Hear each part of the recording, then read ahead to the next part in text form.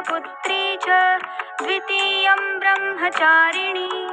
तृतीयै चन्द्रघण्टेति कुष्माण्डेति चतुर्थकम्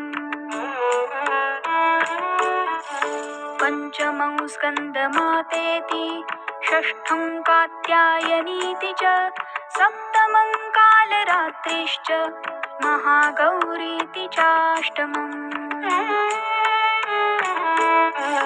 नवमं सिद्धिदात्री च